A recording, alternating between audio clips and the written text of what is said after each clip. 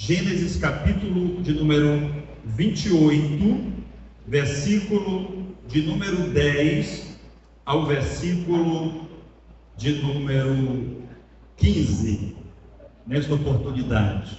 E eu gostaria que você me acompanhasse. Gênesis 28 e 10 diz: Partiu, pois, Jacó de Berseba e foi-se a Harã, e chegou a um lugar onde passou a noite, porque já o sol era posto, e tomou uma das pedras daquele lugar, e a pôs por sua cabeceira, e deitou-se naquele lugar. E o Senhor estranhou, e eis que era posta na terra uma escada, cujo topo tocava os céus. E eis que os anjos de Deus subiam e desciam por ela. Versículo 13. E eis que o Senhor estava em cima dela e disse: Eu sou o Senhor, o Deus de Abraão teu pai e o Deus de Isaque. Esta terra em que estás deitado te darei a ti e a tua semente. E a tua semente será como o pó da terra, e estender-se-á ao ocidente, ao oriente, ao norte e ao sul. E em ti e na tua semente serão benditas todas as nações da terra. E eis que estou contigo, e te guardarei por onde quer que fores, e te farei tornar esta terra, porque te não deixarei até que te haja feito o que tenho dito. Amém?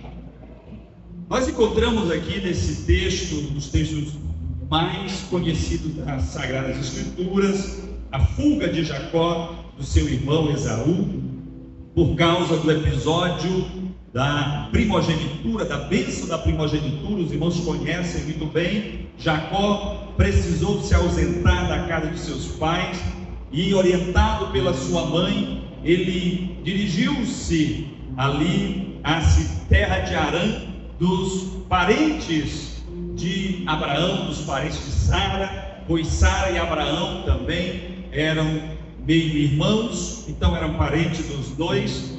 E à noite, naquele deserto, naquela região, no primeiro dia de viagem, após a exaustão da caminhada no deserto, a exaustão das condições emocionais com que Jacó estava caminhando, ele estava muito cansado.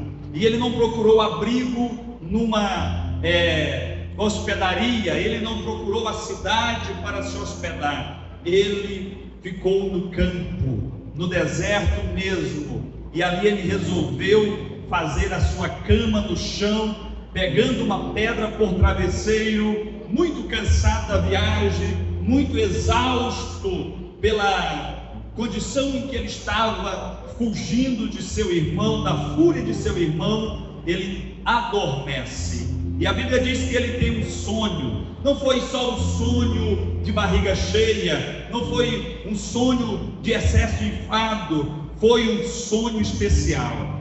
Foi um sonho no qual o Senhor teve um encontro com Jacó. Naquele sonho, Jacó teve uma linda visão, queridos. E ele não teve apenas a visão, ele teve um encontro com o Senhor. O Senhor se dirigiu a Jacó pessoalmente. Mas eu quero falar aqui da escada de Jacó. E eu quero transferir, transferir de escada de Jacó, como a gente conhece, para a escada de Deus.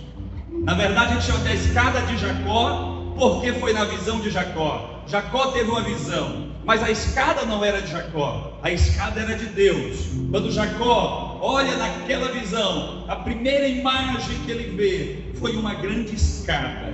E aquela escada, ela estava posta no chão, a sua base estava na terra, e ela estava na direção dos céus, e o seu topo, ele tocava os céus. Aleluia. E eu quero falar do fato de a escada estar com a base no chão. É o mais natural possível. A escada está com a sua base no chão, na terra. Dificilmente você vai ver uma escada suspensa em algum lugar, pendurada em algum lugar. O comum é de ela estar com a sua base no chão.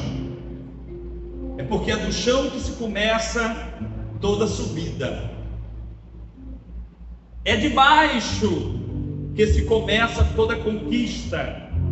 Todos os grandes conquistadores, tanto da história como também da Bíblia, eles começaram pequeno, se achando incapazes. Você não vai ver nenhum dos conquistadores da Bíblia, guiado pelo Espírito de Deus, sendo presunçoso, achando que eram superiores. Todos os que se acharam superiores, Deus abateu, Deus humilhou. O segredo de uma subida com sucesso é a humildade. A Bíblia diz que a humildade, ela precede a honra. Portanto, não queira começar grande, queridos. E esta lição, ela serve para todas as áreas da nossa vida, para o empreendedorismo, ela serve para os estudos, a carreira profissional, para a carreira política, ela serve para a carreira eclesiástica, para o ministério. Não queira começar grande, comece servindo, comece sendo servo, comece se sentindo mesmo pequeno, até incapazes às vezes, porque a Bíblia também diz que o Senhor pega as coisas pequenas para confundir as grandes, o Senhor pega as coisas que não são para confundir as que são, aleluia. Portanto, escolha começar na base, escolha começar de baixo, aleluia. Todas as ligações com o divino, ela começa da terra. Todas as ligações do homem com a atmosfera celestial, ela começa na terra, e bem de baixo mesmo, com humilhação, com humildade, com renúncia, com sofrimento, com perseguições, com enfermidades, com fome, com escassez. É assim que começa a nossa ligação com o divino. Geralmente, é claro que tem momentos, tem situações, tem pessoas privilegiadas que às vezes tem uma ascensão de repente, e você olha e se aparece, a pessoa já começou grande. Você está julgando pela aparência, mas você não sabe o quanto ela sofreu no anonimato, lá no solitário, sozinho, na presença de Deus, ou buscando, lutando pelo seu objetivo, quando é uma carreira, digamos, social, financeira, empreendedorista e assim por diante. Segundo aspecto desta escada, é que essa escada, apesar de ela estar no chão, na base, na terra, ela tocava os céus, ela ligava os céus. Louvado seja o nome do Senhor. Deus criou um mecanismo para que o homem, ele toque os céus. E sabe quais são esses mecanismos? É o que você já está fazendo aqui desde o início do culto, aleluia. Primeiro mecanismo que nos leva a tocar o céu é o louvor a Deus. Através do louvor, nós conseguimos tocar o céu. Segundo mecanismo, através da adoração. Tem gente que confunde louvor com adoração. Adoração vai além dos gestos e da voz e do som e do ritmo que a gente usa para louvar ao Senhor. Adoração começa do nosso coração. Adoração começa com as nossas vidas no altar, com a nossa vida de renúncia, renunciando o pecado, fugindo das tentações, fugindo da prostituição, fugindo da vaidade, do mundanismo. Nós adoramos a Deus com a nossa forma de viver, com a nossa conduta, com a nossa moral, com o caráter de Cristo impregnado, gravado na tábua do nosso coração. Nós adoramos ao Senhor. Terceiro conectivo que nos faz tocar os céus é a oração. Através da oração, o céu se abre. Tem uma canção nova por aí que diz que o céu se abre quando o quarto se fecha. Está falando da oração, da intimidade com Deus, do a sós com Deus.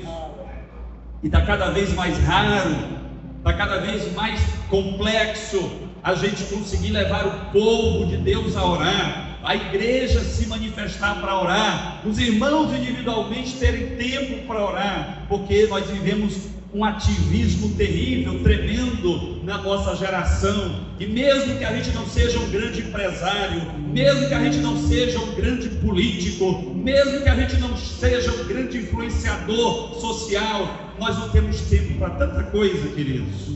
As pequenas ocupações da vida estão roubando, ou seja, as emergências, as urgências estão roubando tempo das nossas prioridades. Oração tem que ser a prioridade do cristão. É através da oração que nós entramos na presença de Deus, com os nossos rogos, com a nossa adoração, é claro, mas com os nossos rogos, com as nossas súplicas, com o nosso pedido de perdão, com a nossa humilhação. É através da oração que nós reconhecemos o quanto somos pequenos e dependentes da poderosa mão do Senhor em favor das nossas vidas.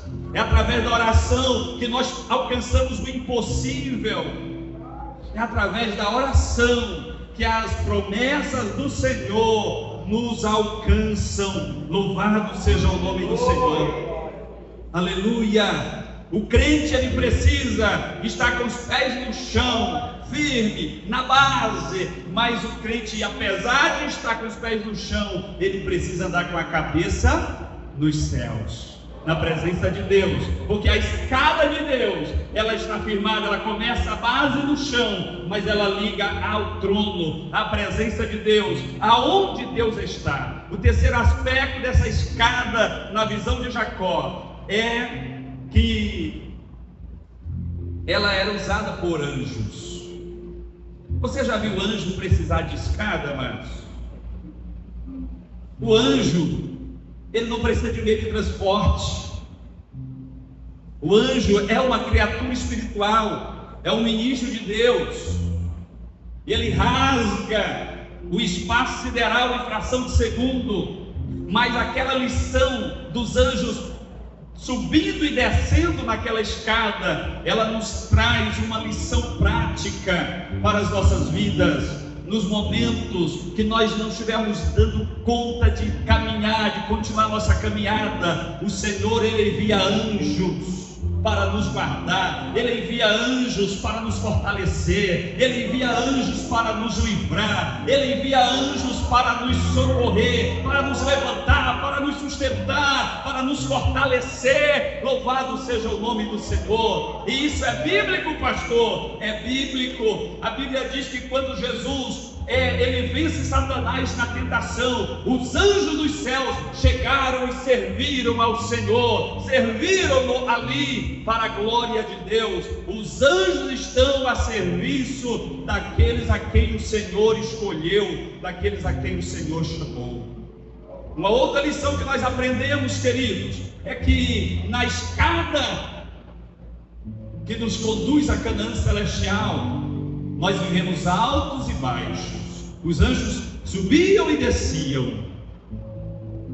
Tem o evangelho por aí sendo pregado com muita audácia, dizendo que o crente, ele foi chamado para viver só na bênção, foi chamado para estar só por cima, foi chamado para ser só vencedor. E até uma atitude discriminatória daqueles que pregam esse evangelho, que dizem: se você está na prova, a culpa é sua, se você não conquistou, é porque você não fez por onde, ou você está em pecado, você não tem agradado a Deus, porque Deus chamou para nós sermos cabeça e não cauda. Eu quero dizer para você, queridos, que ser vencedor na atmosfera espiritual é bem diferente de ser vencedor conforme os moldes do mundo. Cuidado, não caia nesta tentação, amados.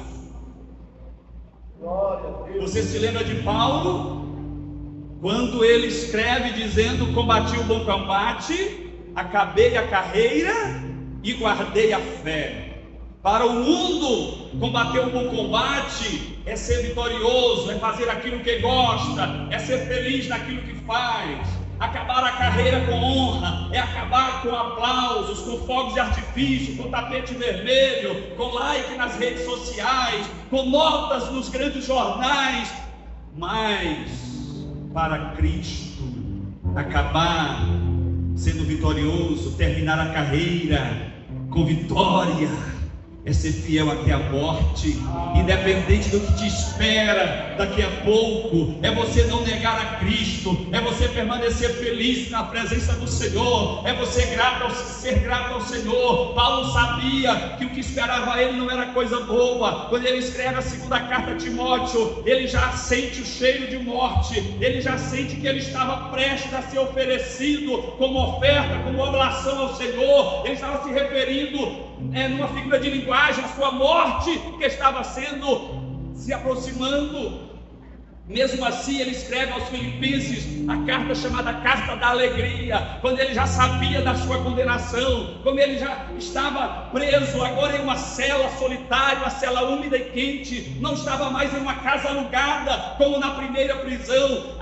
Os irmãos que deveriam estar para fortalecer na sua última defesa, todos o abandonaram, ninguém compareceu para estar com Paulo, para fortalecer a Paulo, mas mesmo assim, ele consegue respirar fundo, olhar para Cristo com os olhos da fé e dizer: eu combati o bom combate, Timóteo, eu acabei a carreira, mas eu guardei a fé. Louvado seja o nome do Senhor. Então, queridos, na caminhada cristã, na escada que nos leva ao céu, nós podemos ter altos e baixos. A vida do crente não é só de glamour, não é só de vitória. É claro que nós temos muita vitória, mas nós temos momentos solitários, nós temos momentos de enfermidade, nós temos momentos de lutas, nós temos momentos de levantes contra a nossa vida, de abandono social. Todos nós padecemos, e se não estivermos preparados para este momento, nós corremos o risco de negar a fé, de murmurar, de blasfemar contra o nosso Deus, que é tão amoroso e tão maravilhoso, que deu seu Filho para morrer por nós no Calvário. Precisamos vigiar. Um dia, quando eu fui chamado a fazer um culto fúnebre, eu ouvi uma das mais tristes cenas da minha vida. Uma mulher que se dizia crente, irmã daquela pessoa que estava ali. Na hora do culto fúnebre, ela perdeu o controle e começou a blasfemar de Deus, blasfemar da fé, e começou a ficar descontrolada, a ponto de os familiares arrancarem ela dali, levarem ela para o outro cômodo da casa, porque todo mundo ficou estarrecido, surpreso com aquela situação. Nem todo mundo está preparado para estar por baixo, para sofrer perseguição, para sofrer perda, para sofrer lutas. Às vezes é por causa da má preparação de pregadores que estão pregando apenas flores e esquecendo que o evangelho tem espinhos, tem lutas e tem dificuldades. Esteja pronto para ser fiel ao Senhor, independente das lutas, para enfrentar as arenas, para enfrentar os leões, para enfrentar a perseguição. Esteja pronto, seja fiel ao Senhor. Eu sei de uma coisa: se você for fiel a Ele, não importa se você está em cima ou embaixo, Ele está contigo. Sabe por quê? Porque Ele estava com Daniel quando Daniel estava no palácio. Daniel tinha um dos melhores apartamentos na Babilônia. Daniel era ministro, era uma grande liderança, mas ele também estava com Daniel lá na cova dos leões. O próprio Daniel deu testemunho ao rei Dário, dizendo: o Senhor, Ele esteve comigo e os leões nada me fizeram. O Deus que estava com os secretários de Estado, Sadraque, Mesaque e Abednego, quando eles não se curvaram diante da estátua, não venderam a sua alma ao diabo por causa de emprego ou de situações de posições, também entrou com eles três na fornalha de fogo ardente. E quem deu testemunho disso foi o próprio imperador, dizendo: nós jogamos três e agora são quatro, e o quarto tem a aparência dos filhos dos deuses. Louvado seja o nome do Senhor. Deus estará contigo em todas as situações da tua vida, se você for fiel a Ele. Portanto, não negocie a tua integridade, não negocie a tua fé, não negocie a eternidade com Deus com um ano de um bom emprego, com um período de status sociais, com fama. Não negocie, queridos, de forma alguma. Aleluia. Quarto aspecto da escada de Deus na vida de Jacó: Aleluia. Louvado seja o nome do Senhor Jesus. A escada levava a Deus. Deus estava lá no topo da escada. Jacó estava em sofrimento, em fuga, medo de ser morto, de ser alcançado pelo seu irmão, de ser atacado por uma fera. Jacó estava num ambiente hostil e solitário, mas a escada que ele via, ela levava a Deus. Ela não só tocava o céu, não, Samuel, ela levava a Deus. Ele viu Deus assentado no topo da escada. Aleluia. Às vezes a tua vida cristã, ela é solitária, cheia de limitações aqui na terra, cheia de sofrimento. Você lembra do Lázaro, da parábola do rico e de Lázaro? A vida do pobre Lázaro, mendigo, cheia de limitações, de enfermidades, mas quando ele partiu para a eternidade, ele foi ser consolado pelo Senhor. Louvado seja Deus. Deus está no topo da escada, e Ele não só está lá de braços cruzados, Ele está lá atentando para as nossas necessidades, Ele estará atentando para o teu sofrimento, para as tuas súplicas, para o teu clamor. Deus, Ele não dorme. A Bíblia diz que o guarda de Israel, ele não cochila, ele não dormita, ele está sempre atento a trabalhar por aqueles que o ama, que ama a sua vinda. Louvado seja o nome do Senhor.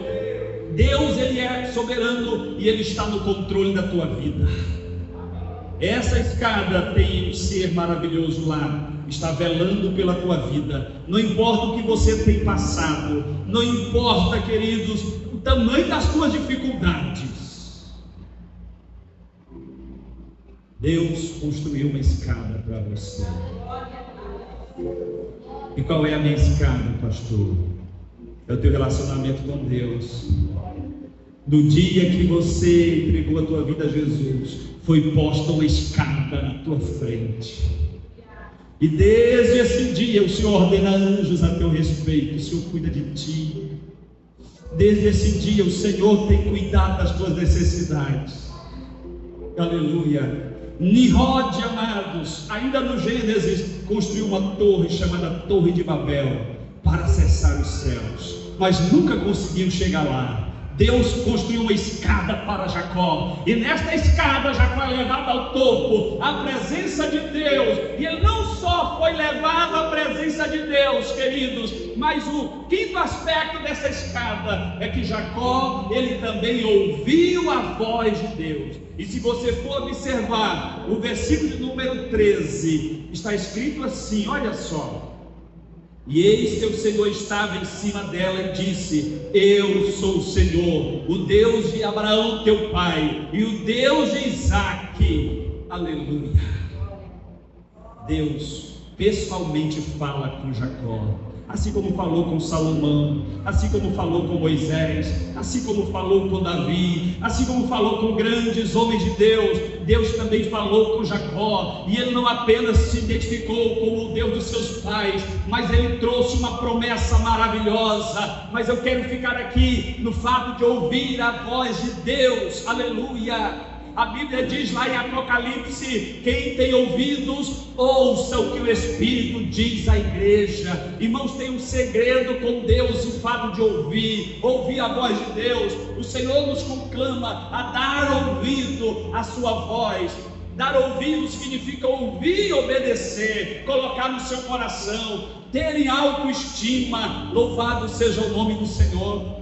Tem um mistério, o mistério de Deus começa com ouvir. Você lembra lá em Ezequiel, quando ele começa a ver ali aquela visão das rodas, dos seres voantes, das rodas cheias de olhos, ele diz que ouviu uma grande voz, um grande brado, uma voz como o som de muitas águas, e então ele vira-se e ele vê aquela maravilhosa visão. Quando João estava lá em Patmos, ele estava ali desconsolado. De repente ele ouve uma grande voz, como um grande estrondo. Ele compara como voz de trovão, voz forte. E quando ele olha para ver aquele barulho, ele desmaia, ele cai em cima do seu rosto, porque os olhos reluziam como fogo, os cabelos eram brancos como a neve, os pés eram como latão reluzente, e ele não resistiu à glória, e ele cai, aleluia. Mas primeiro ele ouviu. Eu quero perguntar para você: você tem ouvido a voz de Deus? Jacó ouviu a voz de Deus. Deus tem te procurado para falar contigo. Deus tem te procurado. Deus tem chamado a tua atenção. Você tem dado ouvido à voz do Senhor? Ou você está dando uma de desatento, de desapercebido? Deus quer falar com você. É com você mesmo que está ouvindo esta palavra. Deus tem criado situações para falar com você, e você tem dado uma de desentendido. Quando Deus quer falar com alguém, Ele faz qualquer coisa para chamar a atenção. Quando Deus queria falar com Israel, Israel não dava ouvido, Ele mandava perseguição, cativeiro, doença, peste. Quando Ele falou com Jonas e Jonas não deu ouvido, Ele mandou um grande peixe. Você está esperando o grande peixe chegar para você resolver dar ouvido à voz do Senhor? Você está aguardando a perseguição chegar? Não aguarde, não espere, seja sensível. Ouça a voz de Deus na escada que te liga aos céus. E o sexto e último aspecto desta escada com que Jacó sonhou, amados, é que Jacó, ele recebeu de Deus a mais impactante promessa. Observe a parte B do versículo 13 e o versículo 14, diz assim: aleluia, esta terra em que estás deitado, eu te darei a ti e a tua semente. Versículo 14, e a tua semente será como o pó da terra, e estender-se-á ao ocidente, e ao oriente, e ao norte, e ao sul, aleluia, e serão benditas nelas todas as famílias da terra. A mesma promessa que ele tinha feito a Abraão, a mesma promessa que ele tinha feito a Isaac, ele faz agora a terceira geração. Louvado seja o nome do Senhor. Eu quero dizer para você que as promessas de Deus que ele fez a você, ela continua de pé, aleluia. Então somente permaneça fiel, permaneça na presença de Deus, tenha a atitude de Jacó, porque tem muita gente que tem expelido as bênçãos de Deus, as promessas de Deus, por causa do seu mau comportamento diante do Senhor. Jacó, quando ele acordou daquele sonho, ele disse: esta casa de Deus eu não sabia. Imediatamente ele pega aquela pedra, erige ali como coluna, coloca azeite ali como testemunho, e ele consagra aquele lugar à adoração ao Senhor, e ele chama aquele lugar de Betel, casa de Deus. Louvado seja o nome do Senhor. E ele fez um pacto com Deus ali, queridos. Ele fez um pacto com Deus. E quase 30 anos depois ele voltou naquele lugar para cumprir o seu pacto.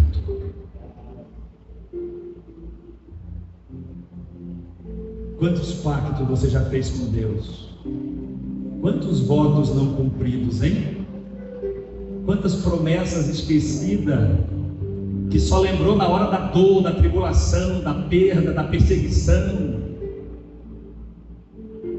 e as coisas tornaram-se em bonança, e aquele culto de ação de graça nunca teve tempo para fazer, aquela oferta que prometeu ao Senhor, nunca sobrou dinheiro para devolver, para entregar. Aqueles hinos que prometeu louvar o Senhor ficou no meio do caminho, a leitura da Bíblia ficou para trás, aquela consagração que prometeu fazer, já esqueceu. Cuidado com as tuas promessas. porque a Bíblia diz que você não é obrigado a votar. Deus nem está pedindo que você faça voto, mas Ele adverte: cuidado, se você votar, cuide para cumprir. Porque o nosso Deus é um Deus fiel, é um Deus justo, um Deus santo, queridos. Aleluia. Jacó recebeu uma promessa linda. Existe promessa de Deus sobre a tua vida também. Mas não saia do lugar desta promessa. Não saia do lugar desta bênção. Tem gente aqui contando as horas para sair de debaixo da promessa. Eu quero dizer para você: o Senhor te escolheu no ventre da tua mãe. E você pode até ir para o mundo. Você pode até abandonar a noiva de Cristo. Mas você vai sofrer muito. Muito. Muito. Porque você é selado pelo Senhor. Tem uma promessa sobre a tua vida. E tem uma canção aí que diz que crente não morre antes que a promessa de Deus se cumpra. Cuidado, que é uma tremenda heresia.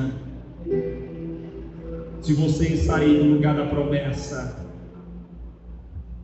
você pode morrer. Queridos, Deus procurava uma pessoa tapando o muro, uma pessoa na brecha, e não conseguiu encontrar ninguém. E a promessa não se cumpriu, porque Deus não encontrou ninguém na promessa, no lugar da promessa. Igreja de Cristo. A promessa de Jacó era terrena. A promessa de Jacó era geográfica, era no plano terrestre. A promessa da igreja no plano espiritual era Canaã celestial.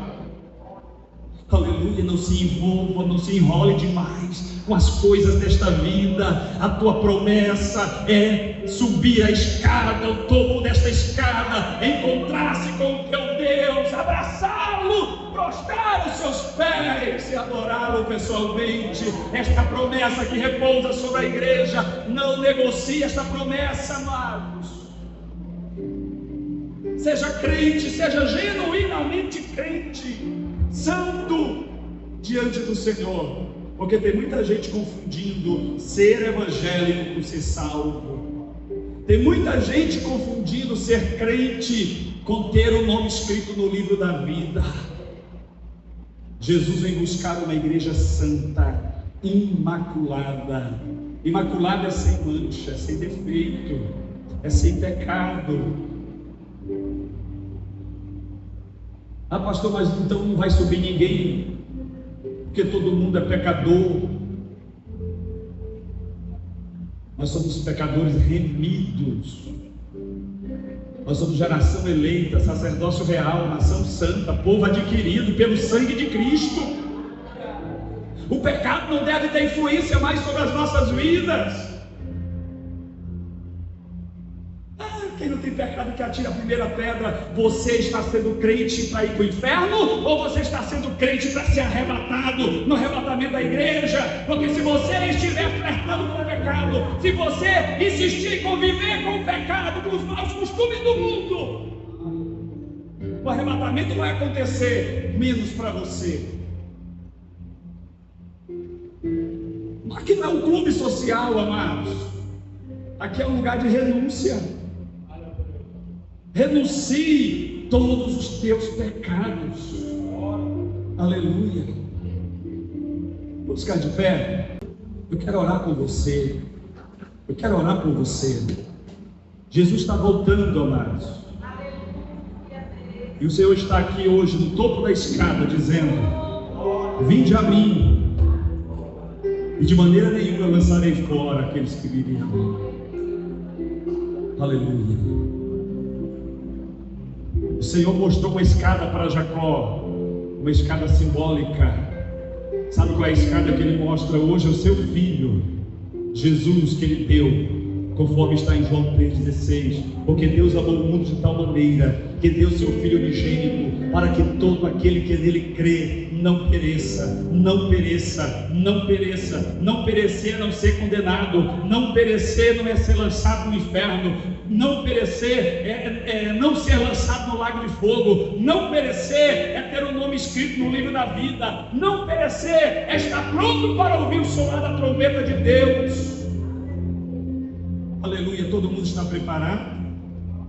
Tem alguém que deseja nesta oportunidade fazer um concerto com o Senhor, entregar a sua vida a Jesus, renunciar a todos os seus pecados e jamais abandonar a mão do Mestre? Se tem alguém, nós queremos orar com você. Aleluia. Levante a sua mão. Aleluia. Senhor Deus, na tua presença estamos, Pai. Ó Deus querido, ouvimos a tua palavra bravamente, Senhor, bradando em nosso coração nesta noite.